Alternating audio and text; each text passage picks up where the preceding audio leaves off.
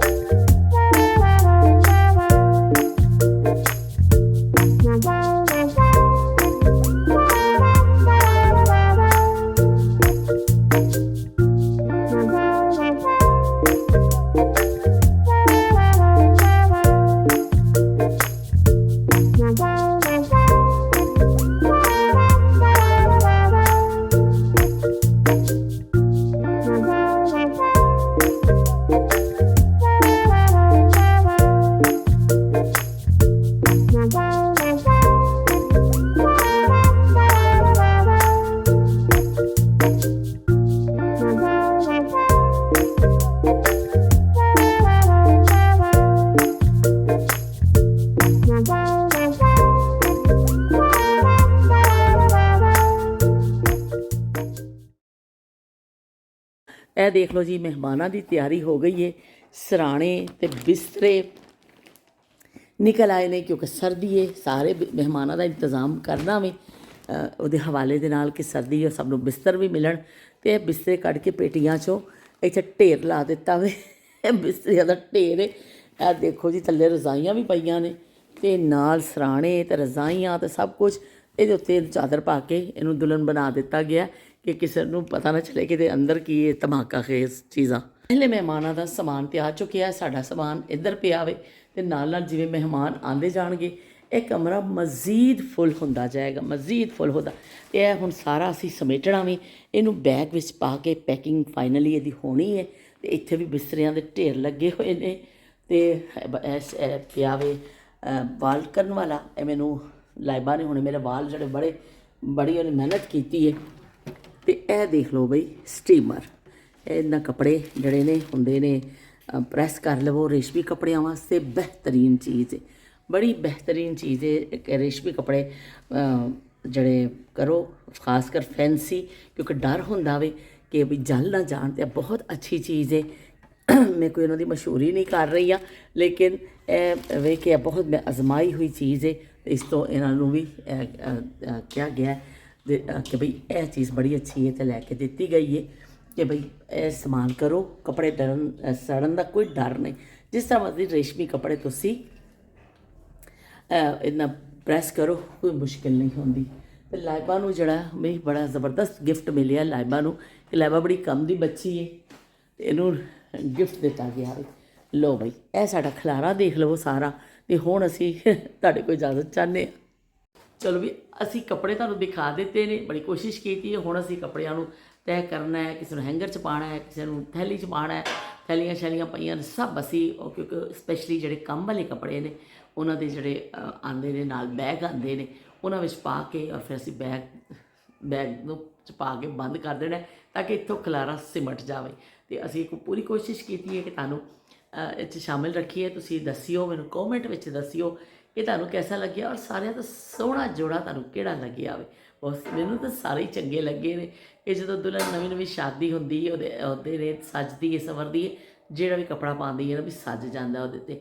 ਪਰ ਇਹ ਕਿ ਫਿਰ ਵੀ ਕੁਝ ਸੂਟ ਐਸੇ ਹੁੰਦੇ ਨੇ ਕਿ ਬੜੇ ਹੀ ਪਿਆਰੇ ਹੁੰਦੇ ਨੇ ਤੇ ਸਾਰੇ ਬੱਚੀਆਂ ਅੱਜ ਕੱਲ੍ਹ ਆਪਣੀ ਪਸੰਦ ਦੇ ਕੱਪੜੇ ਲੈਂਦੀਆਂ ਨੇ।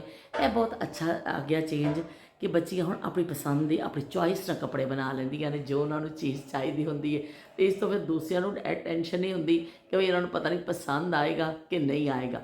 ਤੇ ਦਿਖਾ ਦਿੱਤੀਆਂ ਨੇ, ਹੁਣ ਅਸੀਂ ਇਹ ਸਮੇਟਾਂਗੇ ਤੇ ਅਸੀਂ ਆਪਣਾ ਕਰਾਂਗੇ। ਤੇ ਅਸੀਂ ਨਾਲ ਬੱਚੀਆਂ ਕਹਿ ਰਹੀਆਂ ਨੇ ਕਿ ਅਸੀਂ ਗਾਣੇ ਨੇ, ਲੇਕਿਨ ਸਾਡਾ ਘੁੰਮ ਘੁੰਮ ਕੇ ਜਿਹੜਾ ਆਵਾਜ਼ ਇੰਨੀ ਖਰਾਬ ਹੋ ਚੁੱਕੀ ਹੈ ਨਾ, ਯਕੀਨ ਮੰਨੋ ਕਿ ਉਹ ਸ਼ਾਇਦ ਗਾਣੇ ਸ਼ਾਣੇ ਦੀ ਉਸ ਤਰ੍ਹਾਂ ਆਵਾਜ਼ ਨਾ ਨਿਕਲ ਪਾਵੇ ਜਿਸ ਤਰ੍ਹਾਂ ਮੈਨੂੰ ਸ਼ੌਕ ਹੈ ਤੇ ਮੈਂ ਗਾਉਂਦੀ ਹਾਂ।